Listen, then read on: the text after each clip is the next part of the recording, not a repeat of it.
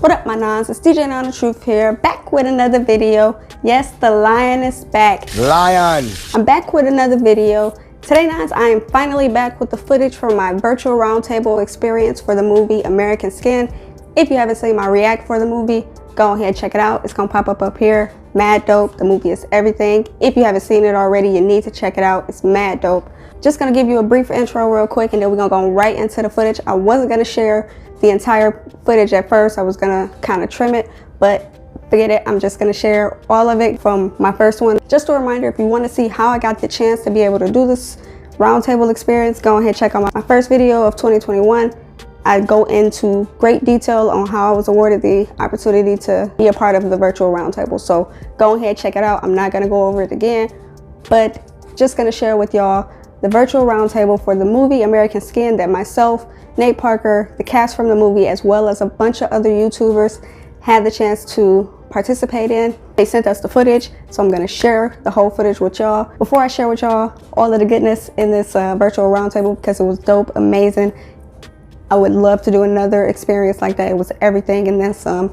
Big shouts out to Nate Parker, big shouts out to his team, big shouts out to the cast of this movie, and big shouts out to all of the other YouTubers who were parts of this virtual roundtable with me. So not gonna hold y'all that long. Go ahead and check out the full virtual roundtable for the movie American Skin. Go ahead and check it out, guys. Go ahead and check it out. I'm gonna pop in at the end. It is long, so my outro is gonna be very brief, but I'm gonna pop in at the end of this. Go ahead and check it out. Mad dope. Peace.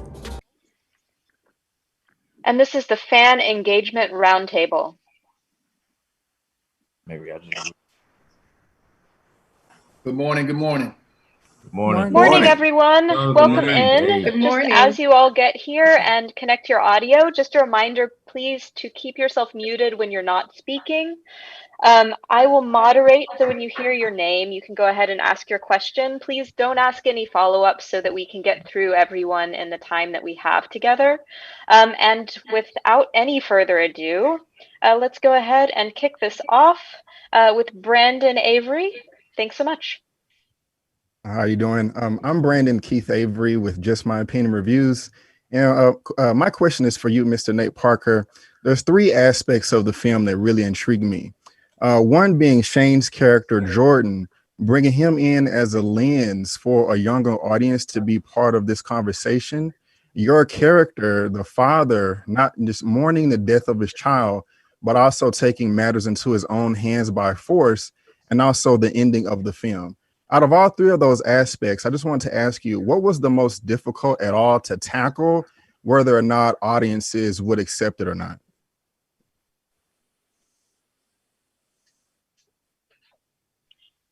It's a good question, and I first want to thank you guys for being here. Each and every one of you contributing to your voices to this conversation around what we will do next, how we might find a way to not only have conversations around our safety, but to really get engaged in a hands-on way. So when you all are dealing with America as young people, it's done so in a way that has power, that has specificity, and it's not playing the same tapes that we're playing here in my generation. And so, I always wanted to engage the young people because I feel like when we're talking about something like this, our contribution to the movement as an older person now at 41 is sometimes tied to old tropes and ideas.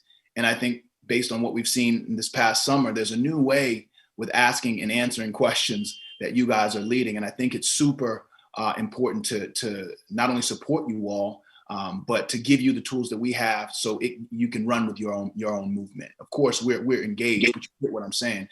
So the fact that you're here is every reason why I wanted to make this film. When I think about the character of Shane, Jordan, when I sat him down, I said, "This is your movie. You are the star." We've seen my character, but we've not seen is someone that can take the lens, in this case, a camera, and put it on America in a way that it is straight into the veins of America in a way that feels authentic.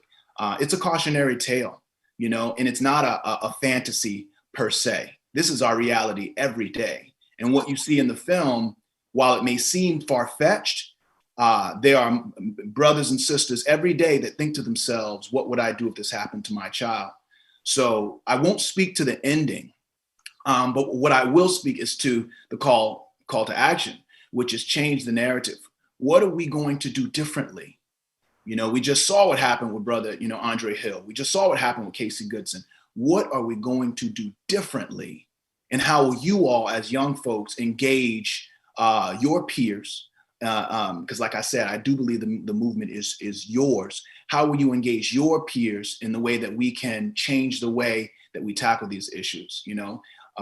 So I hope that answers your question. I don't want to speak to the ending of the film, but I will say this is a jump off point. On one hand, it's a cautionary tale. On the other hand, it's a real question to how we allow ourselves to be pacified in the wake of our brothers and sisters being killed, and how we all think about this, but very rarely will we see ourselves empowered to do something differently than we've seen in the last 100 years with respect to how we protect the bodies of those we love most. Thank you very much. Mm-hmm. Asia and William. Hi. Hi. All right.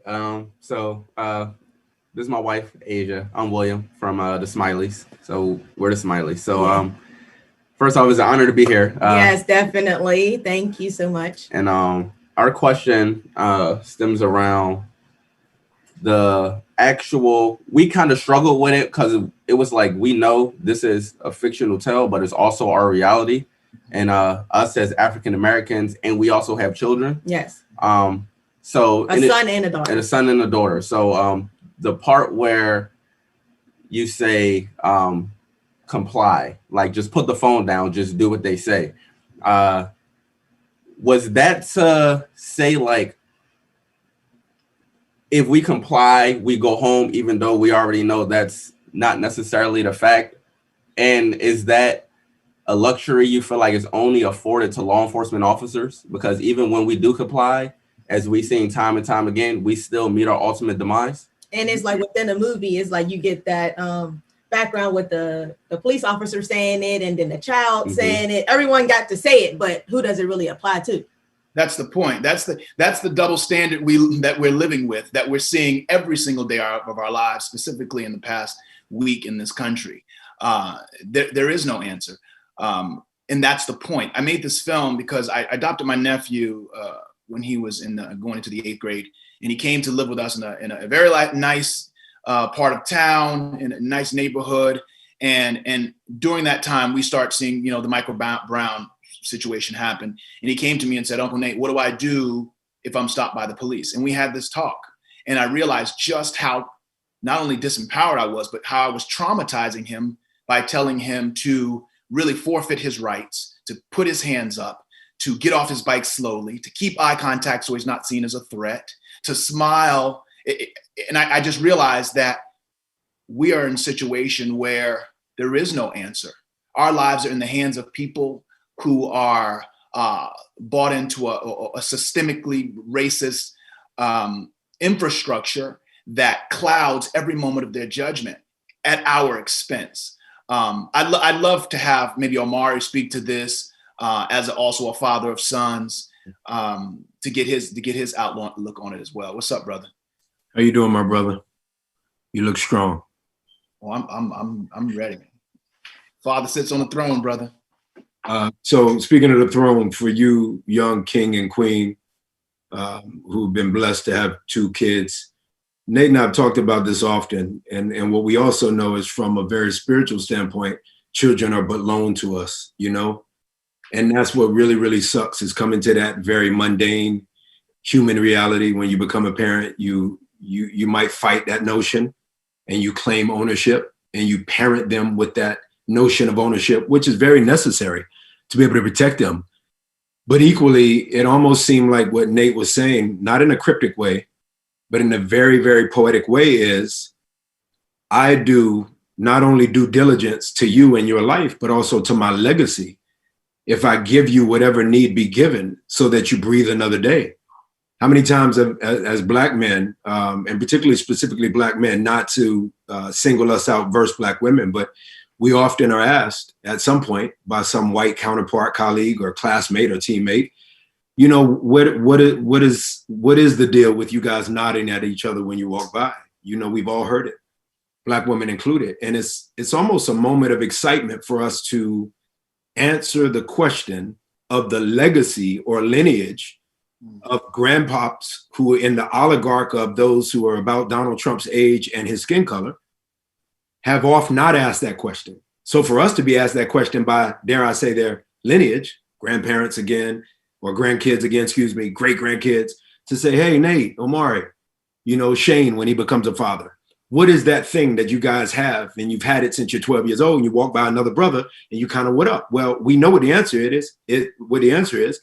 The answer truly, and this speaks definitely to Nate and his uncling, but becoming a father. He was an avuncular figure for his nephew, and then all of a sudden he was a fatherly figure for his nephew. It speaks to this reality. And what we're doing when we would up is we're basically saying, I acknowledge that you're still on this earth.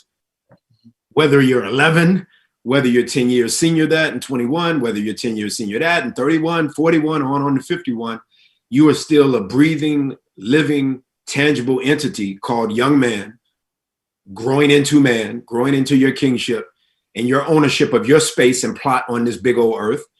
And we acknowledge that. And so I think what Nate was getting at, it was very, again, it was stated poetically.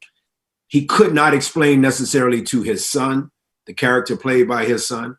He could not, or the son character that he fathers in the movie, he could not explain it to the friend of the son character. But what he could say is, what I know is that if you wake up tomorrow and I offer you the same breakfast that I offered you the day before, then we're that much further into the lineage and the legacy of us remaining on earth to be able to what up each other, you and your friend included, when y'all go off to school. And of course, Nate's character, you know, works at the same school that the kid is at. Then if you don't get to come home and the remaining breakfast never happens again because you're no longer breathing, you're not a tangible entity on this earth. And so, yeah, you can feel a way as a father. Nate for his children, plural, Omari for his children, plural, you too as well. You can feel a way, particularly when you're talking to your young Black sons about, hey, tuck your tail a bit. It could feel like you're saying tuck your tail a bit. But in reality, if your heartbeat is still rocking the next day, the next week, the next month, 20 years from that point, then I don't think there's any shame in that. You know, I mean, Dr. King said it best. Longevity has its place, but you know, he could have stated life has its place. He couldn't have even stated that longevity has its place if he didn't have a heartbeat, you know, to house the body that then of course manufactured the mouth to be able to say that. So it's incumbent upon us to try to convince our children, particularly our young Black and brown males, that it's okay sometimes to be compliant so that you can go off and finish the dreams that you know, that we as your father or we as your mother or grandparents, aunts, uncles, cousins, what have you, older siblings, we've all sat and prayed for your existence to turn into something great. And if you don't come home in the flesh, then that doesn't really happen. So I think it was a beautiful moment in the movie, and it made Nate's character super vulnerable. And I think that's a button that within his character, all of us get to push as viewer, not only us as castmates, but as viewer, you get to go, okay, now you're rooting for him. You're rooting for him because he didn't audaciously in an arrogant way assume that his son would outwit a white cop who might have an intention to do whatever he needs to do when he knew that it was a cell phone and not a gun. So I thought it was actually one of the best parts of the movie, honestly. So it's kind of cool that you guys asked about it. And I'll toss, I want to, you know, toss now to Milana as well, if you want to speak to it. I think I will say this, you know, just on the tail of Omari. I think there's, again, I do think there's trauma in that, in the reality that we have to have a conversation with our children on how they might conduct themselves in the hand of someone that we pay their salaries, that it's their design of their job is to protect and serve us. But we are telling our children to treat them who is untrained, most oftentimes uneducated, most oftentimes biased, most oftentimes racist, whatever color, just by association of their group. And so I think there's trauma in that. Milana, do you want to speak to it regarding compliance? Yeah, just the question around when we're, you know, how we're asked to comply and kind of separate ourselves from our freedoms and our humanity to kind of fit in the box of safety for these law enforcement officers? And I'm just paraphrasing your question. Absolutely. I feel like it's a challenge because you're talking about during heightened states of emotion, right? When we're confronted with any law official or anyone of power who has the potential to take our lives or protect our lives, and we're told to comply, it's typically during a state of confrontation. And so just as a human being, you feel inclined to stand up and defend yourself. It's just the natural state of being. In my opinion, I feel like the compliance element is governing thyself. We still have to protect ourselves. We still have to cover ourselves. We still have to recognize that it is a system that is set up with the intentions of protecting property as opposed to lives. Mm-hmm. And so it's about what the compliance means, right? So if you look at, I'm from Chicago, born and raised. We have a case right now with Lori Lightfoot, who is the mayor, and Anjanou Young, who is a social worker. And this woman was a law-abiding citizen in the privacy of her own home. And we're still told to comply in our houses. And so it does beg to raise a level of awareness as to what exactly are we supposed to do? How do we function in this world? And specifically in this country, how do we function with a system that is telling us to behave and we're doing so, and yet and still we're still being executed? Yeah, and they're not complying. I mean, I know that opens up a can of worms, but the double standard is blaring. That's the truth. Yeah. I mean, it doesn't even, it's ironic, Nate, because typically you could say, if we're doing this junket at any other time in space, even within the time of space of Black Lives Mattering, which obviously we know that has been pervasive over the years. It's ironic, Nate, because it's live and in color every night on whether it's conservative Fox or whether it's CNN. Presently, what we've known for the last 96 hours is just your statement made to proof. Mm-hmm. That is not only showing that there's no compliance of necessity, but to Nate's point, you even have law officers, you have officials who are opening gates for the compliance or the lack thereof to waltz right in and do what they feel need be done. Because I think Milana makes a great point. The caste system with an E at the end of it. And that's really like the great book written by this sister who wrote it. That's what this country is set up for. I think that I'm not, misquoting and saying that even the likes of Adolf Hitler in the era of 1930 to 1940 or what have you, got a lot of what he was able to do and impose on Jews because of what was happening to brown people here in America. And it is that of a caste system, again, to the point that Milana made, where protection is more about prioritizing property and not human life, even though at times we were thought of as property and not as human life. So there's the irony and juxtaposition in that. But yeah, compliance is an interesting thing. And just the fact that Nate was able to have a conversation about all of it in one fell swoop called movie is pretty amazing. And to give a voice, again, we'll state this a lot during this next 2 hours, but to give a voice to those officials. He just did something that a director hasn't done prior. He gave a voice to the officials so that they can state or answer your question, for example. They can answer that, whether they truthfully answer it or not. So there's that. All right. We have about 15 minutes left. Next, we've got Michael and Savannah. All right. So I'm Savannah and my husband, Michael. We have 3 kids. Our oldest is an 18-year-old boy. Our youngest is 3, and he's also a boy, and our middle is a daughter. We can't wait to show them the film because it actually brought a lot of emotion out of both of us. I mean, I'm a notorious crier, and I cried throughout the movie. So this question is for everybody, and we just wanted to know if you have the world's attention right now. Everybody's screens is locked into what you're saying. What one scene out of the movie would each of you pick and why to give this movie a voice? Sarah and Shane? Do you want me? Oh.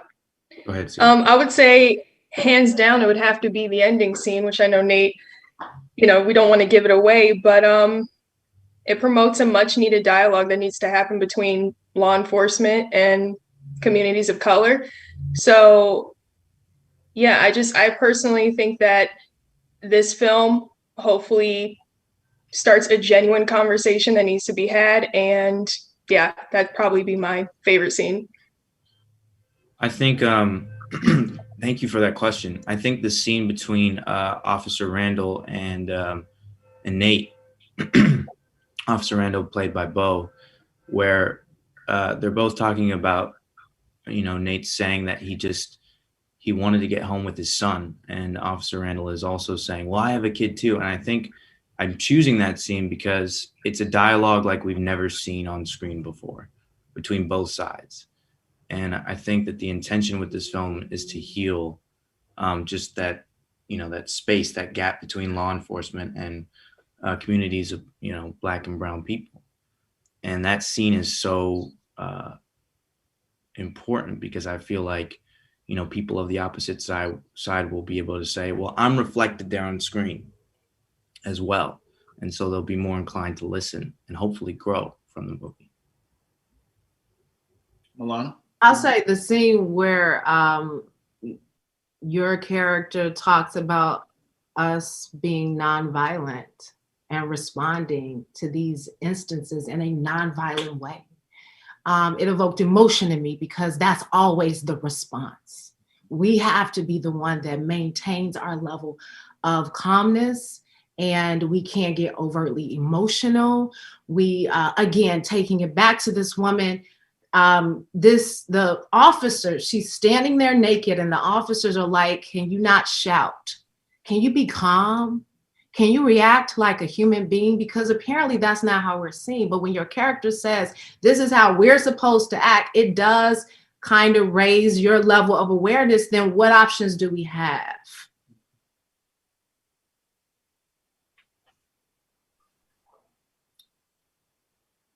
All right, Crystal Rose. Hi, good morning. My name is Crystal. I'm from Toronto, Canada. So my question had to do particularly with the police chief character. And I think that character really resonated with me because in Toronto, for the longest time, our police chief was a Black male. And at first, when he was first sworn in, there was a lot of narrative around comfort that, our police chief is a Black male. But as time moved on, that narrative kind of changed. And I kind of wanted to know from Nate, what was your thought process behind having that police chief character be a Black male, and especially with the scene where he was in talking with the mother and the son's cousin was going off on him, calling him Uncle Tom, and not really like in that discourse between the two, which I found in a sense it was a really interesting scene for me. And I just want to know what your thought process was behind that decision. Well, thank you for the question. And for me, it's two-part. The first is the broken record that we're hearing when a young brother, sisters killed in the street. You can set your clock to the things that are going to happen, right? There'll be, if it was on body cam, we'll see the video, we'll be upset, it'll go viral. The police chief will make a statement, and it'll either be someone that is Black or there'll be a Black person right here to make sure that person is co-signing on what is being said. I feel like so much of how we're pacified is strategic. I just do. I think it's easier for America to pacify and to change the angle in which we see it than it is to actually hit it at the root and deal with it head on. Because for that to happen, systems have to either change or fall. And as you know, in this country, for things to change quickly, that's when the system fights back. Nothing's designed to change quickly. The Constitution's not designed to change quickly. So when we're like, this is something systemic needs to change, it's, okay, this is what we need. I can just imagine the conversations. Cop, you go home, we'll talk to you later. All right, they're gonna riot, we need to get some Black people around us, we need to get the mother, we get the father, we need all these other people that look like them to tell them to calm down. And I imagine, and this is the second thing, that it wasn't so different on the plantation. And I'm just keeping it real. When we were in situations where we're like, you know what? In the name of God, this should be different. We should be free. We should be able to drink, walk, be free, love, take care of our children without, wait a minute, let's get this person to go and talk to them. We are the ones that are sent to intercede on behalf of the actions of the people that are subjugating and oppressing us. And I think that it's worthy of being called out. Again, I'm just an artist. I feel that I've been given this position to make films along with my cast members that can change things for us. But without honest confrontation of where we are, there will be no truth. And I would be misrepresenting the truth if I made it a film that said only white, racist, hillbilly, KKK cops can kill Black people. It is not the case. If you are Black and you buy into that system of oppression and you drink that Kool-Aid, so to speak, whether you like it or not, from a subconscious level, you will be shifted into their way of thinking. And you will be an extension of the arm that is designed to strike Black people down. So I wanted to create that imagery to have that conversation too. So we can't be pacified by a Black police chief, or pacified by a Black senator, or pacified by a Black president for that matter. No measure of symbolic leadership should be able to divert our attention from our babies being killed, period. And that was very important. I have to say, I remember that being a very important scene that we shot, with me as the mom sitting on the couch and hearing the police chief coerce me and encourage me to project a message of peace, and how that's used as a tool so that there is no uprising. There is a desire to trust the system. And it's a formula, as you said, that is continuously used, specifically in cities that have a concentrated amount of people of color. It's an intentional tool that is used. And a lot of times we pick up the tool and we use it. Well, because sometimes, and to the point made by Milana and Nate, and obviously Nate being a Virginia kid, Milana a Chicago kid, Omari an Atlanta kid, more specifically, not just a Georgia kid. We are from the South and Midwest, and Nate not coming from the South, there's such the massive reality of migration that then went to where Milana grew up. So many people from Mississippi, Alabama, Georgia, South Carolina, Virginia, North Carolina. And what we learned is that whether it was Bronzeville in Chicago or not, once all of a sudden we found that certain societies within the city, within the state, had actual self-sustained neighboring postal service, schools, this, that, or the third, where we could almost dive within ourselves. Nate makes a really good point. We are equally asked and taken advantage of, because at times we're asked to, because we're taken advantage of, to dive back into something else. Not only in terms of sustaining our neighborhoods with curating companies that we own, that are Black owned or whatnot, even if they're not great companies, but we are asked by our own people, dive in, give your money, give this, give that. But there are the colonizer mentality that comes with this, hey, dive into that which we're trying to state is in the name of God. How much in the Constitution is stated as preemptively, in the name of God, ... ellipses. So you have so many people that have for years, and you know this as well in Toronto, Canada, that look like you and look like us, that have driven ourselves to church waiting for an answer. I have said to my elders and my family over and over again, there are not as many young Black and brown people going to church. My elders from my family who don't believe that, I go, let me tell you something. We made more money. Those of us born in the 60s to the 70s. So because we made more money, there is less of a need in an urgent way for God to come and help us. So some of our Shanes and you know, people that age, Sierra, that age, they're not necessarily running to God helping, but all of a sudden we have a constitution that is built upon, in the name of God, this is what should happen. So to Nate's point, when you pacify us with someone to the right or the left of that official who has a colonizing mentality to co-sign on what's been happening from the oppressor, then it's almost like stating, see, in the name of God, it's you, it's you. Yeah. You dive into your own company. You pay money for the companies that are self-sustained within the Black community. And equally, you're paying for our services. And here's one of our servicemen, a Black cop. So what we did can't be that off. In the name of God, correct? No, incorrect. So it's an interesting conundrum that we always find ourselves in as Black people, you know, and it's interesting that Nate did this film because he's a 70s kid.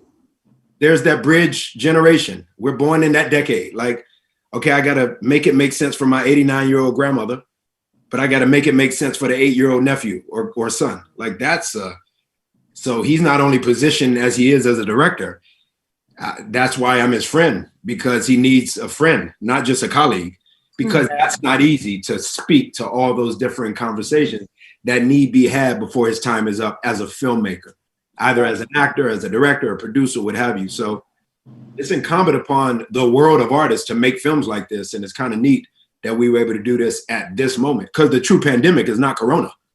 The true pandemic is that what you know is the true pandemic. So. Thank you.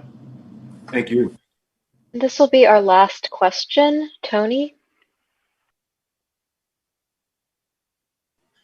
Thank you very much for having me. I'm Don Tony Teflon TV on YouTube, born and raised Queens, New Yorker. Despite how people put things out there, we know that people see things through the lens of their own life experiences.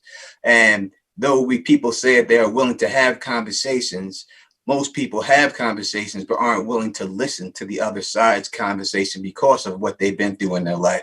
And I think you put a very unique twist on getting people to actually listen to the other person's side. That being said, if people can take away one thing after watching this movie, what would you like that to be? And that goes out to anybody out who wants to answer that. Only you can answer that, Nate. We all signed up for your answer. I know people others have questions, and if your question doesn't get answered, I know you're in contact with us. I'll find a way to maybe do your show, and that goes out to everyone anyway. If I have to do like a live or something with you, I'll make sure that you get represented. I don't want anyone to feel like they didn't get their question answered. The takeaway is the call to action. We know what the narrative is, and my job as a filmmaker is to reflect the time so you don't forget what that answer is. There are other communities that are clear when they create art, when they make statements about what has happened to them and how they have thrown all their energy around making sure it never happens again. We are the people that is not just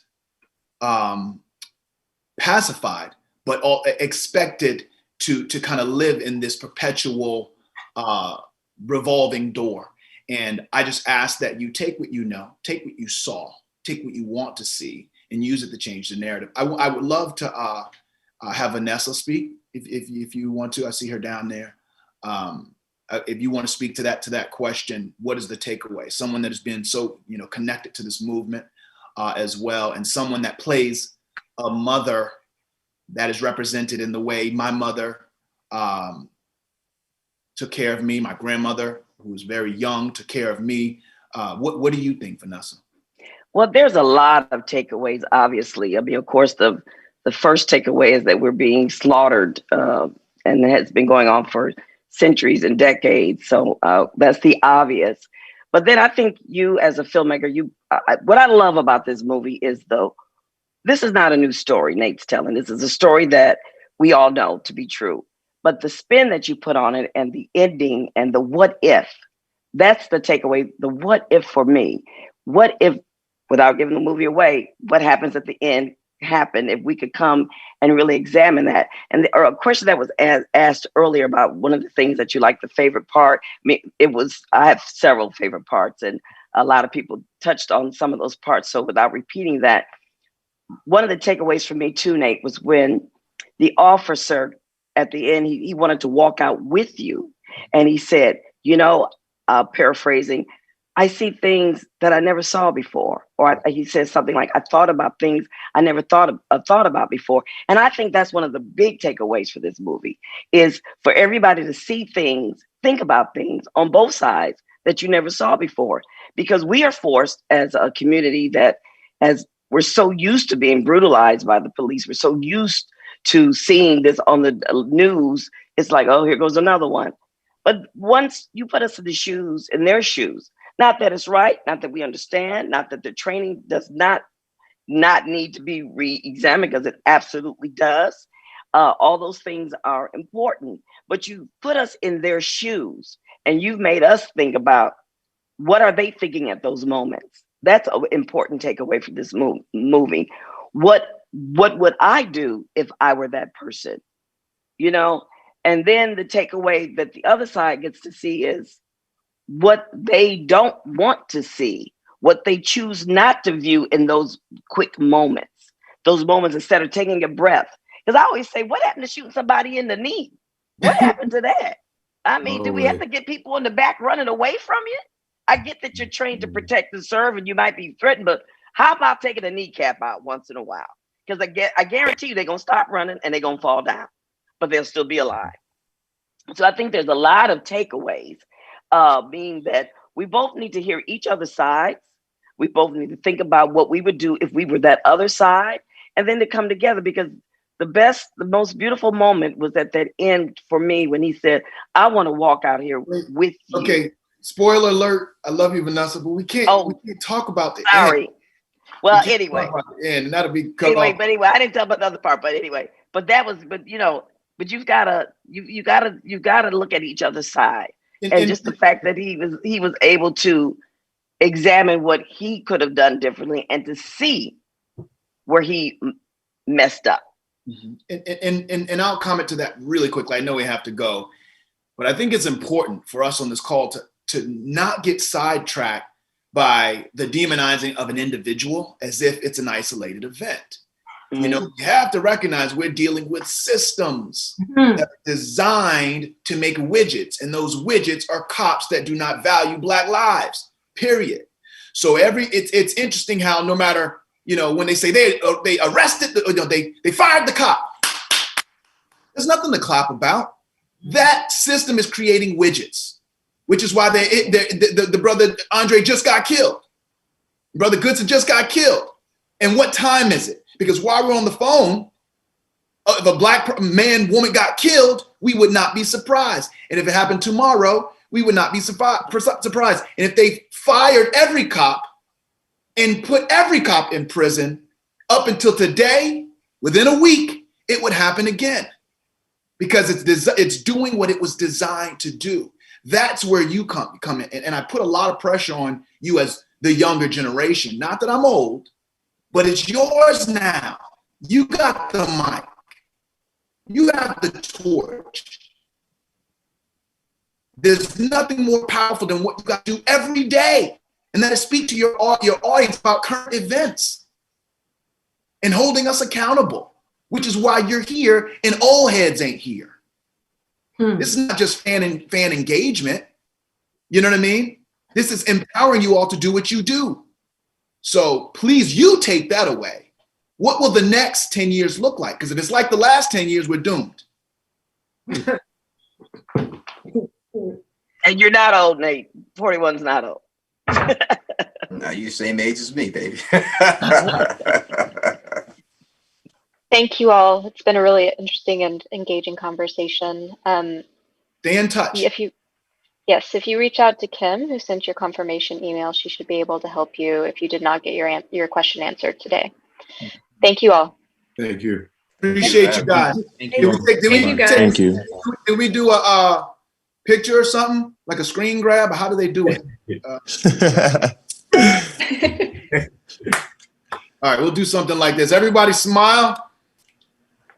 Everyone smile. I'll post this. All right. Everyone smiling? Yes. 1, Yes, 2, sir. 3. I think I got it. One time for the hood. Queens, New York, baby, in the building. Queens, New York. Brooklyn, Thank you man. so much. 757, Cleveland, baby. Ohio. VA. Have a good one. Thank you. Cleveland, Ohio. Beautiful. Yay.